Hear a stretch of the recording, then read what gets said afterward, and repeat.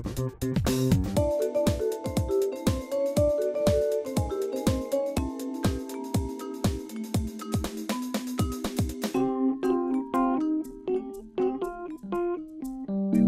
on fait du sport santé, de la natation santé?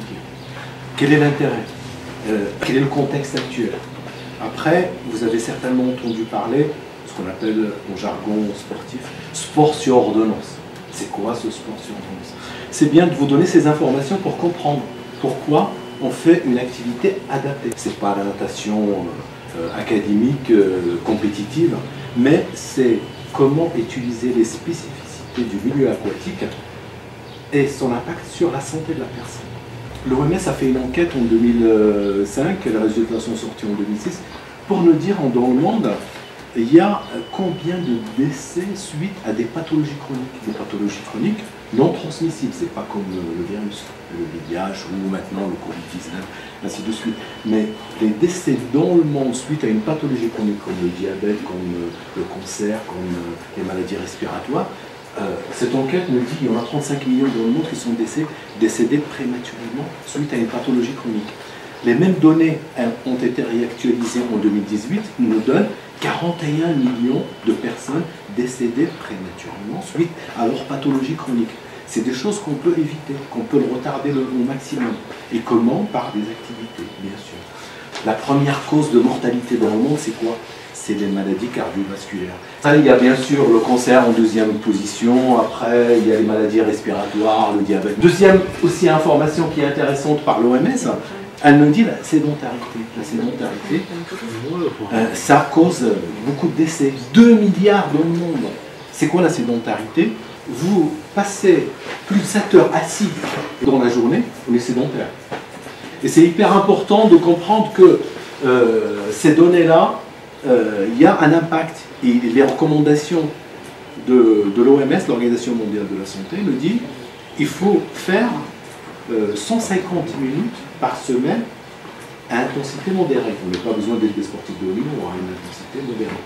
Avec 150 minutes, c'est-à-dire 3 fois 50 minutes par semaine, ou après on l'agence comme on souhaite, on arrive à une bonne activité pour préserver le capital santé. C'est ça qui est intéressant dans ces études-là et ces institutions comme le NAPS qui nous dit ne restez pas debout 7 heures par jour. Au bout de chaque heure, c'est important de se lever, de marcher 1 minute, 2 minutes et de rasseoir et après commencer à travailler. Au bout d'une autre heure, pareil. C'est important pour la circulation sanguine. Donc c'est pour éviter des pathologies comme les maladies cardiovasculaires de façon globale, c'est très intéressant. Il y a aussi des études intéressantes en France qui, par le biais de l'INSERM, l'Institut national de santé et de la recherche médicale, et qui nous disent, pour la première fois en 2008, on a de la littérature scientifique qui nous dit l'activité physique est bien pour la santé. Il faut savoir qu'avant 2008, avant ce travail de l'INSERM, c'est très difficile de dire au milieu de santé, l'activité physique c'est bien, il a un impact sur la santé. Là, c'est l'INSERM qui le dit, c'est pas une fédération sportive, c'est des données scientifiques d'une institution d'État qui nous dit il y a un lien entre activité physique et espérance de vie.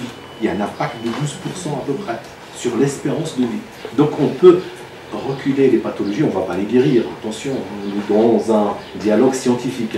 On suit notre traitement médicamenteux, mais pallier ça avec l'activité physique, ça nous donne une bonne absorption, une bonne continuité de traitement et en même temps une longévité qui est intéressante au niveau de l'espérance de vie. Mais ce qui est intéressant aussi, c'est de savoir que depuis la loi de modernisation de notre système de santé en 2016, qui est sorti le 24 janvier 2016, il y a un article, l'article 144, qui nous dit pour la première fois en France, un médecin traitant peut prescrire une activité physique. Auparavant, non. Il prescrit bien sûr les médicaments, les traitements. Mais pour la première fois, un médecin traitant peut prescrire une activité physique adaptée par rapport aux personnes qui sont atteintes d'affections de longue durée. Il y a beaucoup de personnes qui ont des pathologies chroniques qui arrivent et qui peuvent éventuellement être accompagnées par le biais de prescriptions médicales.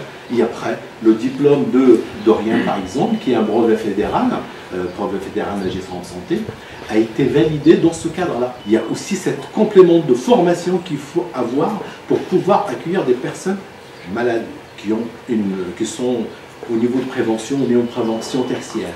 La Fédération française de natation, qu'est-ce qu'elle représente? Elle représente, selon les données chiffrées, 385 000 licenciés au sein de la fédération. Avant le Covid, bien sûr, hein, il y a 2 ans, j'ai donné avant cette pandémie où les bassins étaient fermés. De 385 000 licenciés, ce qui est intéressant de savoir, une fédération qui est olympique, Fédération française de natation, 85 000 qui font de la compétition. Le reste ne font pas de compétition. C'est ça qui est intéressant de savoir, que ce n'est pas seulement le côté compétitif. Certes, c'est l'image de la fédération, certes, on a des champions olympiques, certes, on a des champions du monde, oui, on est d'accord là-dessus. Mais les 300 000 autres, ils ne font aucune compétition. Ils sont là pour leur capital santé, pour préserver leur capital santé. Et ce qui est bien aussi de vous expliquer comment on a fait la natation santé.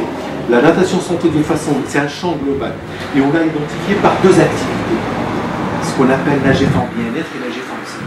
Vous allez le trouver dans le leaflet, l'explication.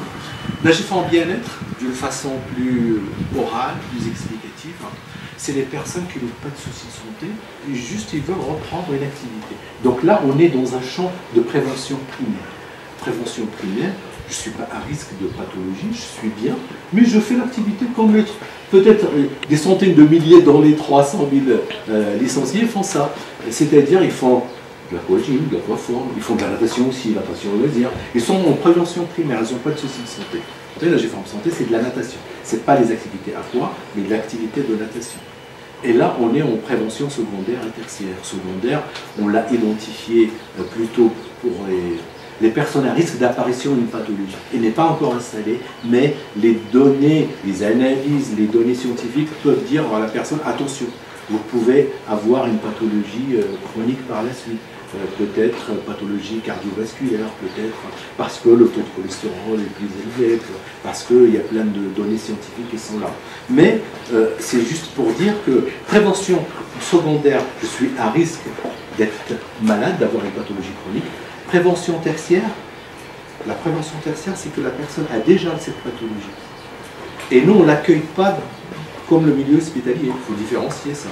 C'est-à-dire que la personne qui a une pathologie qui est déclarée, il va passer son programme thérapeutique médical, qui reste dans le milieu médical. Et une fois il est stabilisé, et le médecin traitant lui dit, bah, écoutez, vous êtes bien stabilisé maintenant, mais je vous conseille, en sortant de ce programme thérapeutique de soins, ce parcours de soins, je vous conseille de continuer à faire une activité à l'extérieur et d'aller dans un club associatif comme chez Dorian par exemple.